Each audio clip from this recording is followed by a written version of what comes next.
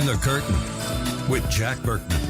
Welcome to another edition of Behind the Curtain with Jack Berkman. Remember, I am a lobbyist. I'm not a journalist. I'm not a reporter.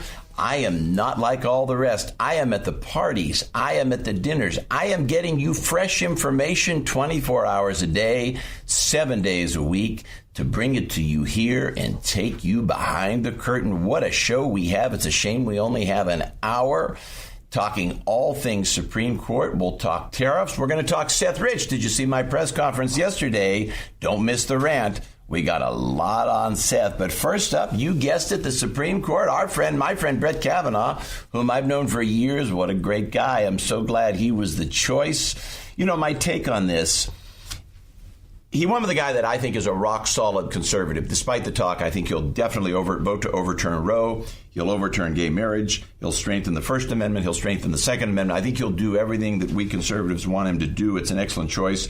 I'm glad he didn't go with that woman whose name escapes me, Amy Coney Barrett. I think she had a thin resume. A person like that can become a Johnny Roberts. She can become an Earl Warren. You can have any kind of situation there where you run into a turncoat. I'm really glad he went with Kavanaugh. Joining us now, Josh Blackman, law professor, Southern Texas College of Law, and who has a wonderful resume clerking for federal judges everywhere, and who's also clerked in the Western District of Pennsylvania, my home district. Welcome, Professor. Thank you for having me. Well, Josh, let me ask you, first of all, I know you're probably not ideological. Give me your overall take on the Kavanaugh pick? Well, I think the Kavanaugh pick is strong. President Trump really changed the way that nominations are performed by putting out this list. I think that was a very good idea. And the purpose of this list is to put conservatives at ease that he will, in fact, appoint conservative judges to the court. And we have this list. I was happy with it. I think Trump could have thrown a dart at that list, and I would have been okay. But he picked a very bright judge, a very smart judge, Brett Kavanaugh. Now, okay, so what you're saying is what Trump does, in contradistinction to all other presidents, is he has a fixed list. In other words, Bush didn't do that, Obama didn't do that, Clinton didn't do that. He, in other words, he says this is the list. It will come from this list. It will be no one else. Is that what you're saying? Yeah, I think the list was really a stroke of genius because it tells everyone in advance who is in the running. And that way there are no surprises. There are no David Souters. There's no Harriet Miers, if your listeners are familiar with her. It's a known quantity. And this was a very good list he put together. And I think Brett Kavanaugh, his name rose to the top of the list. And I think it's going to be an excellent addition to the Supreme Court. Now, do you, first of all, are you a conservative? In other words, I don't want to presume ideology. Do you share my ideology? I describe myself as a libertarian. Okay. Although most people on the left don't seem to know the difference between a conservative and a libertarian. We're all the same. Let me ask you this now. Do you think conservatives will be pleased with Kavanaugh, presuming he's confirmed? Will we be pleased? What are the chances this guy could turn into it? I know him. I don't think anything. But what do you think? You know his legal philosophy better than I do. You know his decisions. What are the chances he could become a Johnny Roberts? Is there any chance that he could start wavering? Could he become like his former boss, Kennedy? Well, I think, no, he's not going to be a Kennedy. I don't know if he'll be like Roberts, but let me say a thing about Roberts. Roberts breaks my heart every year in about one or two cases, but he votes with the conservatives 90% of the time. So if you have someone that votes 90% conservative, you live with it. I don't think Brett Kavanaugh is a Justice Thomas or a Justice Scalia. But I do think he will make conservatives very happy. Well, but you see, the problem, though, you say that, and that gives me a little bit of pause, because what I'm concerned about are the big issues. I want Roe v. Wade overturned. I want gay marriage overturned. I want powerful reinforcement for the Second Amendment. I want reinforcement for the First Amendment. Let's maybe look at those big issues. Where is he on those four issues? Are we sure he's a yes vote to overturn Roe? Well, let's start one at a time. So you mentioned the Second Amendment. Judge Kavanaugh had a very big opinion in 2011 in a case called District of Columbia versus Thaler Part 2, not Part 1, Part 2. And Judge Kavanaugh wrote a dissent. He would have invalidated the assault weapons ban in the Federal District of Columbia. He was in the minority. The other two judges upheld it. So I think he's pretty solid on the Second Amendment. Okay. On the issue of abortion, he hasn't had the issue of addressing abortion directly. He's addressed it indirectly, and the question is whether the unaccompanied minors at the border, what their rights. Well, before you get to that, let me ask you now. I find it interesting. So he's been on almost 11 or 12 years, the appeals court for the District of Columbia. You mean he's never, and no abortion case has ever come before him? D.C., the District of Columbia has a very narrow jurisdiction, and so they don't consider any state laws. And since Congress hasn't enacted any abortion laws, there's really nothing to from to. Oh, that's right. That's right. So he's never, in some sense, so he's tabula rasa in a sense. I see. Interesting. Well, but there is the one issue about the rights of unaccompanied minors to access abortions that did come before him, and he wrote a dissent arguing that the government should not have to provide the abortion in the exact fashion that the ACLU wanted them to, but he was in dissent on that case. So I don't know what that tells you. Well, long story short, what do you predict? Do you think, is he a solid yes vote to overturn Roe? Oh, I don't think you have many votes to overturn Roe. I think you might have one, Justice Thomas, and that's it. All you got. That's it. Yeah, I think that's all you got. Why is Roe? Look, they don't need to overturn Roe. But isn't Roe wrongly decided? But isn't it wrongly decided? I mean, you're taking something from the mists of the Constitution. I think it's one of the worst decisions ever. Isn't it wrongly decided from a legal standpoint? Well, look, what the court can do is allow more. No, we know that, but that's politics. That's a political solution. I mean, on the law, do you think Roe was rightfully decided? There's never been any effort to reconcile Roe with the Constitution's original meaning. No effort. Shouldn't it go, though? Doesn't that mean it should be overturned? Well, only one justice, Justice Thomas, is willing to go. But what do you think? What would you do if you're on the court? I don't think. Well, let's actually be very precise here. Roe is no longer actually the good law. In 1991, the court decided a case called Planned Parenthood versus Casey, a case from Pennsylvania, where Governor Casey was pro-life at the time. And the court basically said, we're getting rid of the Roe framework, which actually was trimesters, and we'll ask whether a law imposes an undue burden on women's right to abortion. So really the relevant test is not Roe anymore. It's but for my purposes, politically, that's a distinction without a difference. Okay, you're correct. It makes a huge difference because Roe said in the first trimester you can't have any regulations on abortion. Okay. But what Casey says is at the line of viability, after viability, you can make any regulations you basically want. Okay, but can we get Planned? Okay, I got you. But can we get Planned Parenthood versus Casey overturned? Unlikely. I know you want me to say yes, but I don't think it's very likely. Why is that, though? But don't we have? Why are they so afraid? In other words, if all of this is Roe, Planned Parenthood, all of this stems from the midst of the Constitution. There was never any constitutional basis for it anyway. In terms of stare decisis, what are we so afraid of? Why is everybody running scared? I think Roe has this mythical status. I think you described it well. That it has such a salient that the court would be afraid to overturn it because of stare decisis, this principle of standing by precedent. Mythical. We're down to mysticism. We're down to so the defense of Roe is mysticism in politics, right? That's a shame, I think. Yeah, I think that the court has given Roe what they've called super duper precedent, and I think it's very super duper precedent. Yeah. Well, I have some things. I mean, maybe with the using the vehicle of super duper precedent, maybe conservatives. Maybe I want a young kid's right to go to his local school district. I mean, with super duper precedent, there might be a dozen decisions that conservatives might like, right? I think if we have a more conservative court, they may make some super duper precedents on the Second Amendment you might like a little better.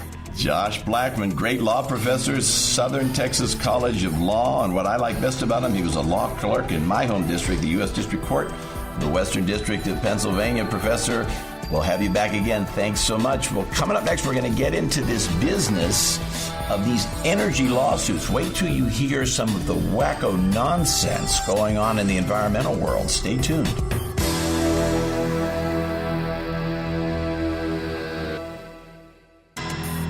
All the stories and controversies that no one talks about, but everyone should know about. Some people without brains do an awful lot of talking. Behind the Curtain with Jack Berkman. Welcome back. Well, later in the show, we'll get into all things with the trade war in China. And then in my rant, the battle over Seth Rich. Many of you may have seen yesterday's press conference. Listen to my rant. A lot more coming. We have a witness. Many more to come. Remember, if you want to take it behind the curtain, you call us. 703-795-5364. Operators standing by 7 a.m. to 7 p.m. Monday through Friday. 10 a.m. to 5 p.m. on Saturday. Remember, all times Eastern Standard Time. Taking your email, jackberkman2016 at Gmail. Jackberkman2016 at Gmail. Same number, same email. And this takes on added significance now. If you know anything about the Seth Rich murder mystery, we need to hear from you. Well, joining us now, Dr. Bonner Cohen. He's going to tell us all about these bogus environmental lawsuits against these energy companies. Doctor, welcome.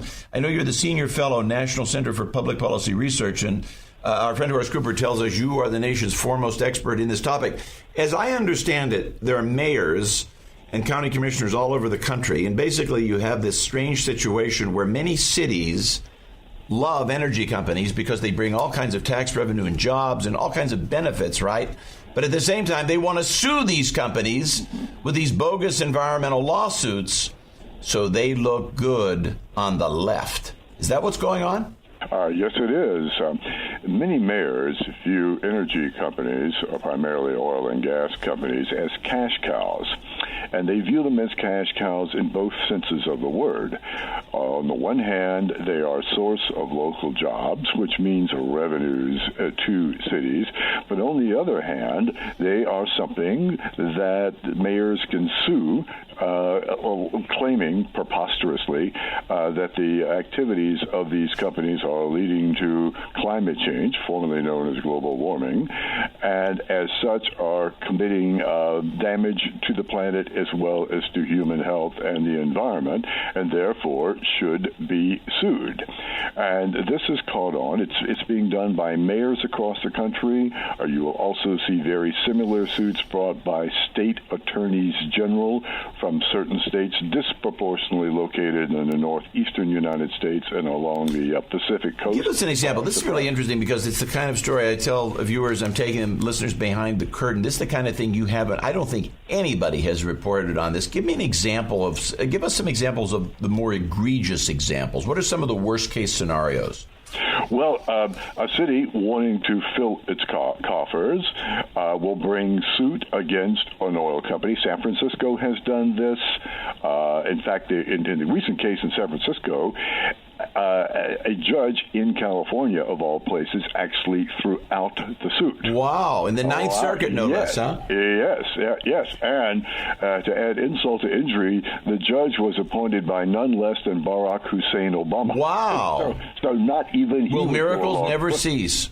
No, that's right. Not even he would go along with this.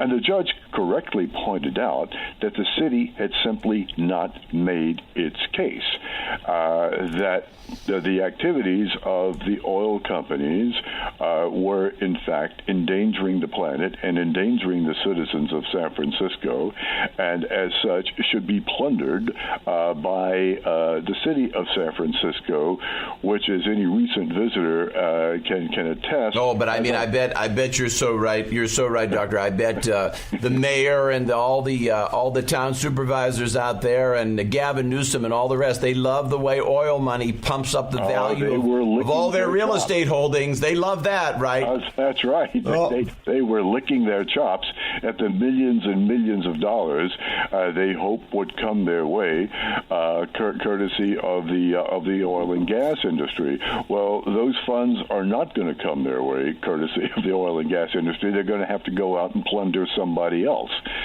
But these are the kinds of games that we see being played all. Let me ask you about the thing. What did they sue them for? Now, what did they file based on? Let's talk about the legal. What did they sue them for? They sued them claiming that the city of San Francisco and its residents were at risk from the burning of fossil fuels, which are produced by a whole host of oil companies. They sued, and that those fossil fuels were leading to a buildup of greenhouse gases in the atmosphere, and that buildup of greenhouse gases was leading to a potentially catastrophic. So, what do you base? Do they base? Is it based on the Clean Air Act? Now, the U.S. has never signed on to the Montreal Protocol for ozone, right? So that's never implemented in the states. Actually, we did. Well, we did sign on. I'm afraid we did. Is it implemented? Did Congress implement it by statute as law?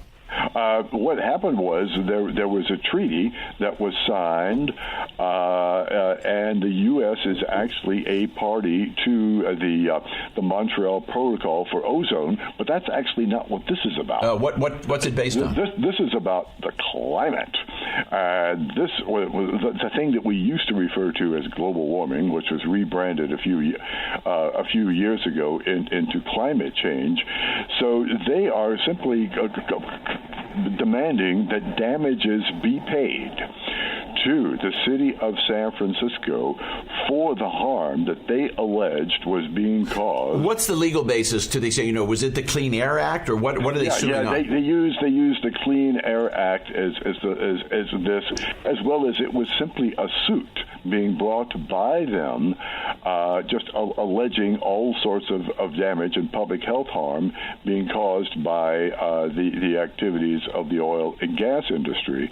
But as I said, the judge wouldn't buy it. He simply said that the city had failed to make a connection between the activities of the oil and gas industry and the damages that the city claimed were accruing to both the city as well as its residents, and he threw the whole thing out. Well, if any judge were to read the Clean Air Act to that strange degree, I mean, you could shut down any manufacturing anywhere in the United States based on that. You could shut down all manufacturing in the United States, correct? There wouldn't be anything operating. Oh, that's exactly right. And the precedent that would have been set here would have been absolutely horrendous because other mayors in cities having trouble balancing their budgets would have said, hey, look, we can get on this too. We can pump money into our coffers at no cost to us other than what we have to pay our lawyers, and that will be a good deal for us too. Well, that was stopped dead in its tracks as a result of the ruling that the judge in California. Let me ask you this. How much of this is wink, wink, nod, nod? In other words, do you have liberals out there? Do you have the mayor and the town supervisors out there? Are they playing a game with the judge? Is everybody, maybe they bring this suit and it's just for their base and they know, and the judge and the court knew and everybody knew this was just bogus to begin with? Let's go really behind the curtain. Is this all just a game to begin with? Did they really intend the suit in a serious way? I think actually in this particular case it was serious. After all, they had an Obama-appointed judge. This was, after all, California. And I think they honestly believe, to the extent that these people can be, that we can use the word honest in dealing with elected officials in California, in many of the larger cities anyway, I think they honestly thought that they stood a chance here. And they pursued this with great rigor, only to be shot down in the courtroom. So, yeah, I think in certain cases it's wink, wink, nod, nod, as you said, but I think in this particular case, they thought they had a real chance with what they thought was a friendly. Let me ask you this now. Is our friend Scott Pruitt leaving, the administrator EPA, obviously resigning and going?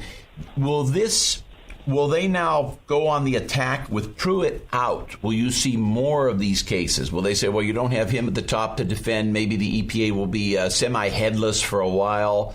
Will you see more of these? You bet. In fact, it's already started. A friend of mine works at EPA, and she told me yesterday that when she came to work, there were about 25 people, demonstrators, standing in front of the entrance to EPA carrying signs saying, down with the new acting administrator of EPA. They need to get a job or something. If you have time to go picket the EPA, you need to go get a job. You need something to do during the day. You need something to do. No, the relentless assault by the environmental left on EPA will not cease at all. And the policies that Pruitt put in place, which were, for the most part, Doctor, we got to go. Dr. Bonner Cohen, thank you so much. If we're real lucky, we'll have you back again. Coming up next. I look forward to it. We do, too. Coming up next, China trade. Stay tuned.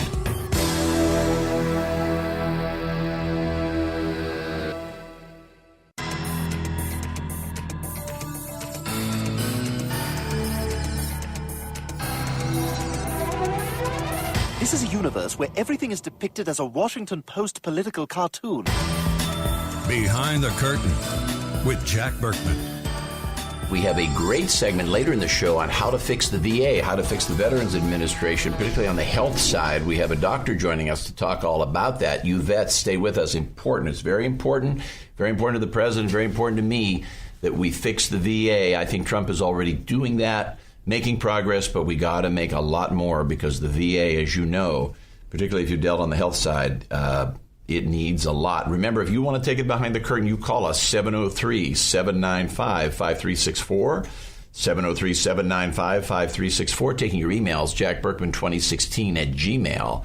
We need to hear from you, 703-795-5364. But first up, John Thaler joins us, new guest to this show, founder and CEO of JAT, JAT Capital Partners, and an expert in all things international trade, particularly with Asia. John, welcome.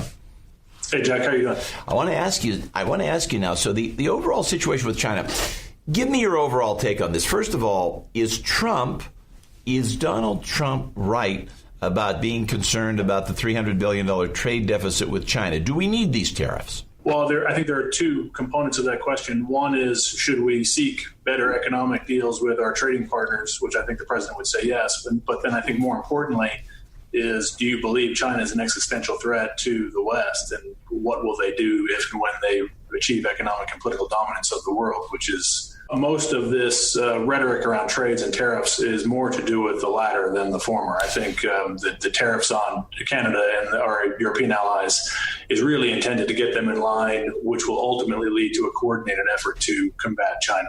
Now, I'm for free trade. On the other hand, when you look at the extent of the cheating with respect to particularly the Europeans, but particularly the Chinese, I mean, we're being ripped off. I mean, entities like the WTO and Super 301, the current body of trade law, domestic and international, really is ineffective. And this is the point the Trump administration makes over and again. Larry Kudlow said this. It's really ineffective in fighting the Chinese problem in terms of rip-offs, correct? Importantly, the first part of your question was you're in support of free trade. I mean, I think that's something that's worth delving into. But I think as it relates to free trade, we're one to desire that. Trade is made not free through a bunch of mechanisms. One is currency manipulation. One is subsidies. But one primary one is asymmetric regulatory backdrops. And China's taking advantage of all of these things. So I think it's important for everyone to understand that trade as it stands today is not, in fact, free. And there's significant economic leak. Let me sum it up. Let me sum up where I think things are. Another, maybe you agree, maybe you disagree. You probably will agree. If you look at the current body of domestic and international law designed to prevent cheating in the world of trade, entities like China have moved beyond it, and their tactics have moved beyond it, such that we can no longer police that with the existing body of law. Trump realizes that there's really no time to negotiate a new WTO, new treaties. There's no time to do another 301, ram it through Congress. He realizes that the only way to fight back is with tariffs, unless and until we reach a point where we can get new laws and a new framework into place. Maybe that's for his second term. But right now he wants to stop the bleeding, and that's a trade war. Is that a good synopsis? Absolutely. The president believes that there is no legislative solution to this because the bureaucrats globally are inherently designed to kick the can down the road. So I think the trade war that you're describing is really intended to cause pain to China, get them to the table, and get them to agree on economic terms to level the playing field. Now, this is really bad with China. Our producer was telling me we had this situation reading yesterday. An Apple employee, a Chinese national Apple employee, was arrested as he boarded a plane to China, plane to Shanghai in San Francisco airport only this week, yesterday or a few days ago. He had all of the Apple secrets on his little thumb drive for the new car. Had the plane taken off, the Chinese would never have extradited him back. We would never have, and those secrets would have gone to a Chinese startup, and Apple would have lost all of its research. Yeah, look, I think what you're describing there with the Apple employee is a reflection of how China is playing the game. This is capitalism versus a state-owned entity that doesn't care about near-term outcomes. So a lot of what you hear about forced technology transfer, which is probably part of what you're describing there, China is willing to pay for things today that don't impact near-term earnings for companies like Apple, but achieve their desired objective of achieving power and dominance over a longer period of time. The thing that people probably fail to understand is that China is a quasi-capitalist market where the government controls all mechanisms of commerce. So a lot of what they're doing to exert influence globally is on uneconomic terms that the West would never pursue. but achieves their 50 or 100-year objective. Is it the case that this is happening all the time? I mean, we arrest this guy. It's a big issue concerning Apple. Apple law enforcement is on it. Doesn't this happen at a smaller level with things like sneakers and clothes and bags and all of that stuff? At a lower level, doesn't this stuff happen just every day with the Chinese? Well, I mean, look, intellectual property theft has been a big issue with China for a long time. And I will say the global marketplace has done a lot to push them in the direction of stopping some of that. My argument would be that most of the intellectual property theft that occurs today is really not theft. It's China saying, we will allow you access to our market only under the following conditions, one of which is giving us your intellectual property. And the marketplace in China is so big that companies like Apple, I mean, this employee that you're describing is perhaps stealing it, but companies like IBM and Apple have been actually offering their intellectual property as a condition to get access to the Chinese market. And again, if you think about how our capitalist economy works, you have a board of directors at Apple who's seeking to maximize shareholder value over a short period of time. So giving intellectual property to a country like China that may take advantage of it over a 50-year time frame makes economic sense to the board of Apple. So if you go back 10 or 20 years ago, things like the music industry or the movie industry where China was just outright stealing these things, they've actually rolled some of that back. I think the transfer of intellectual property today so let me ask you, you raised an interesting existential point about free trade. In general terms, you believe in free trade. You think that it enriches nations, assuming it's fair and free. You're a believer in it, correct? Look, in pure Milton Friedman economic theory, free trade maximizes the value of the system that is conducting the trade. Doesn't necessarily maximize the value to the United States. So I think one of the important questions that the United States needs to answer is, do we want our government to maximize the value of the global economy or of the U.S. economy? And I think what you've seen through China's entrance to the WTO is a maximization of the global economy, at least in the near term, to the detriment of the United States. In other words, a lot of people, it would seem to me that perhaps the Americans are one of the few groups in the world, we're one of the few groups that really practices free trade in any genuine way. The Chinese, the Japanese, the countries of Southeast Asia, the Europeans, even the Canadians have all abandoned free trade in favor of all of this cheating, right? So you now have a world, unlike in 1945 or 1975, I mean, we have the whole Bretton Woods thing is gone. Everybody now is focused on cheating. The whole free trade regime is breaking down all over the world, and maybe Trump's genius is he recognizes that. Look, there's no question. And of all the countries you just mentioned, China is by far, head and shoulders, the most egregious cheater on trade. And again, I think if you look at manufacturing as a category, like 20 years ago, if you asked Apple why they were manufacturing things in China, there was a wage arbitrage that existed. But wage inflation has been so high in China that arbitrage has diminished significantly. Today, still Apple would desire to build things in China. And the primary driver of value in that equation is the asymmetric regulatory backdrop. To construct a factory in California today is multiples more expensive than China because of the regulations we have in the United States, which I think the president has done a nice job of addressing. But things like environmental protection in China is non-existent. There are some laws in the books, but often those laws get completely ignored. And that is a giant driver of why things are cheaper to produce in China. And Let me ask you this, John, about a minute and a half remaining. Will things get worse before they get better? In other words, to solve this problem, do we have to have massive trade wars with China that might shock the system, lead to a recession? Do we have to fight the battle before we can have the spring?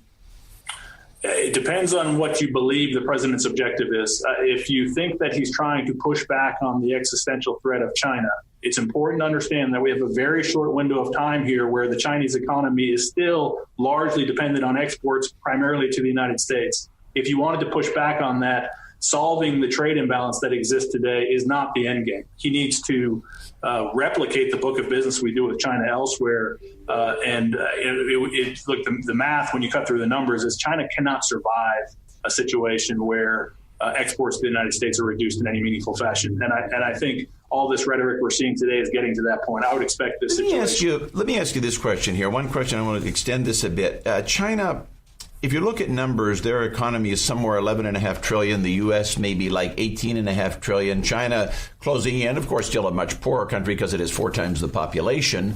Still, China's still a poor country.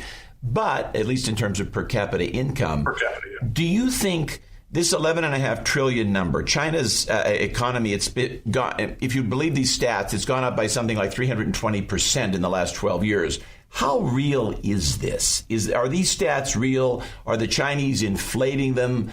Are we afraid of something maybe that's not as big as we think? How real are some of those GDP stats? I've been curious about this for some time. Yeah, I mean, there's a rule on Wall Street that you shouldn't rely on any numbers that come out of China. But you could look at the consumption that China represents for companies around the world, particularly natural resource companies, and understand that they have grown significantly as a consumer of things like iron and oil over the last 10 years. So whether that GDP number is accurate, I would agree that you probably can't rely on those numbers. But of all the numbers that are worth looking at, their spend on defense, which you can look at that chart and that would disturb you. You can confirm that with the companies that are selling the defense contracts, and those numbers are real. So their economy is growing very fast. I think it's important to understand how much of that is artificial and created through leverage at the municipal level inside of China. But it is a concerning. One final question. Is it a foregone conclusion that if you look out 50 years, the Chinese economy will dwarf ours? Are these conclusions foregone just because of in other words, ultimately, our demographics destiny? Is this just a population thing? They have so much more growth because of the people they have? Or is that a foregone conclusion, or could there be bumps in the road? What do you think? Without a coordinated effort to prevent that outcome, it is a foregone conclusion. They have the largest population in the world, a gigantic economy, and they're cheating on all mechanisms of commerce. Without a coordinated effort from the West to push back on this, it is absolutely a foregone conclusion. And one needs to ask, when they have economic and political dominance, how does the Chinese government treat the rest of the world? How will they use it? John Thaler, founder and CEO, Jet Capital Partners. Thank you, John. If we're real lucky, we'll be able to have you back again. Well, coming up next, we'll get into some veterans issues. You vets, tune in.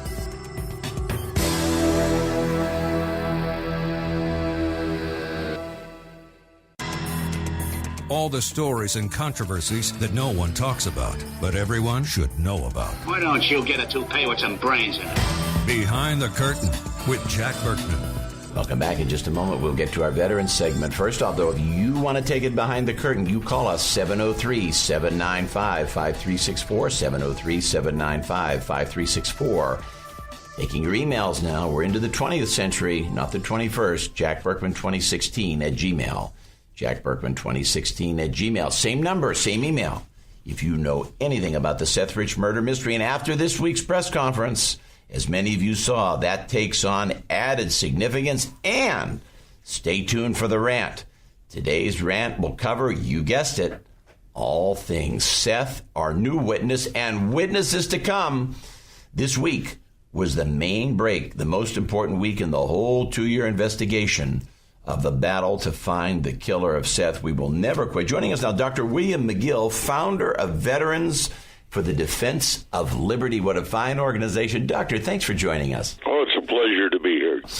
Obviously, the VA, it's a great institution, represents great people, but it has a lot of problems. We need to solve these problems to do more for our vets. I think everybody, right, left, and center, even the left, agrees with this in some form or fashion. Trump is the first president in a long time to really take VA reform seriously. Let's kind of start. Do you like what Trump is doing? Does more need to be done? How much more needs to be done? A tremendous amount more needs to be done. I like what he's doing. The question is, how do we accomplish it all? We have to get some care about caring, I guess. Well said. When you have situations like occurred not too long ago, I think it was in Seattle, where a gentleman broke his foot. He was able to get in the car, drove himself to the VA emergency room, could not get out of the car, picked up his cell phone, called the emergency room and explained that he had broken his foot and he was outside and needed somebody to bring a wheelchair out. And they told him, well, call an ambulance, and hung up. And wait a minute, let me get this straight. He's outside the VA hospital. And they say call an ambulance. VA hospital. And in other words, nobody ran out to get him with a gurney. They just said call an ambulance, and he's 20 feet away. Exactly. This is not caring. This is not caring about your veterans. What's wrong with these people? Why would anybody do that? What's wrong with them? But I guess they just don't care is the answer.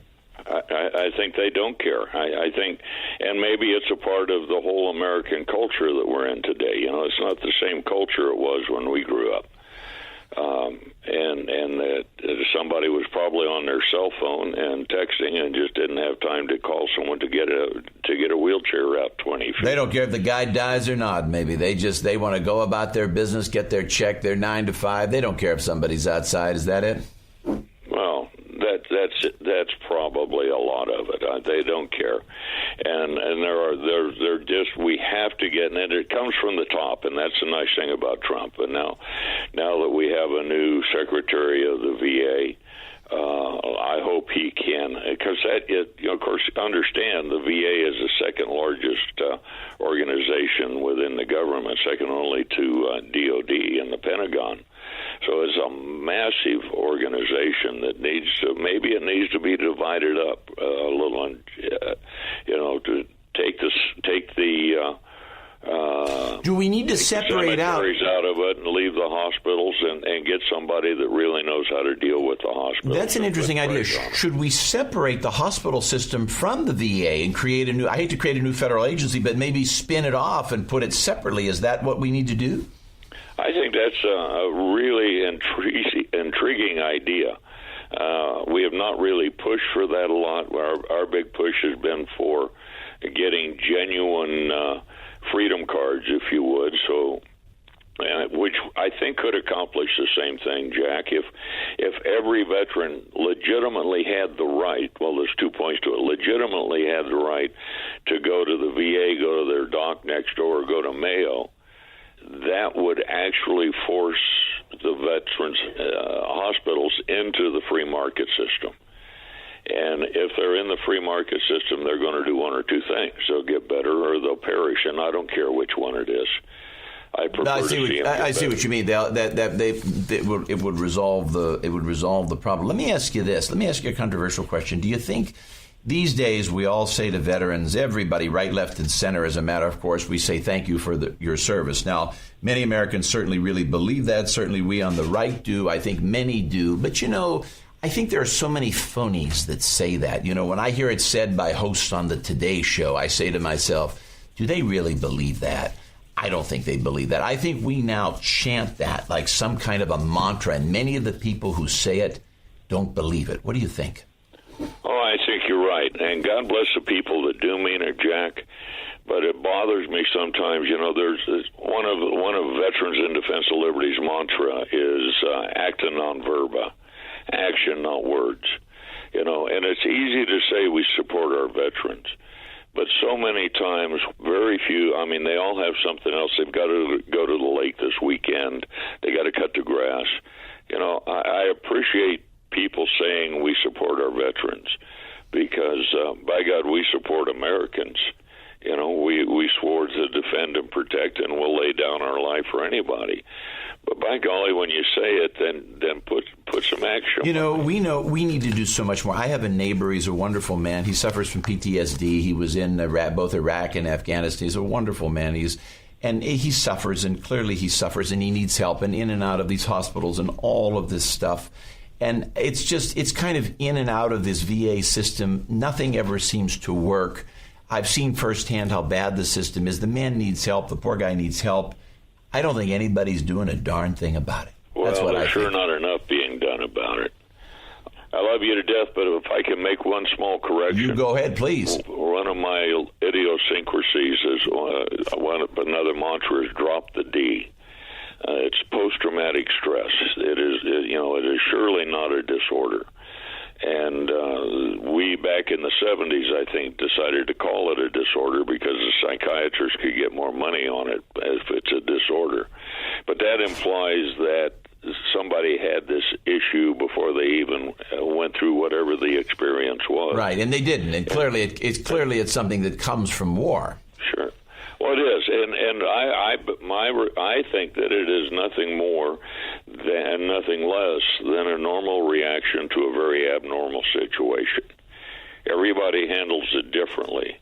It is very real, but it is post-traumatic stress, period. It is not a disorder. And I think we do a disservice to our veterans when we call it a disorder. Dr. William Magill. That's a whole hour show. You got it. Dr. William Magill, thank you so much. If we're real lucky, we'll be able to have you back again. Now, I'm working with a great detective. His name is Frank Whalen. He's one of the former chiefs of homicide in NYPD, 25-year veteran of the NYPD. He's really a cop's cop. He has found a witness. He used to work in law enforcement. He used to work in Army Intel. He overheard the killers of Seth bragging about the murder.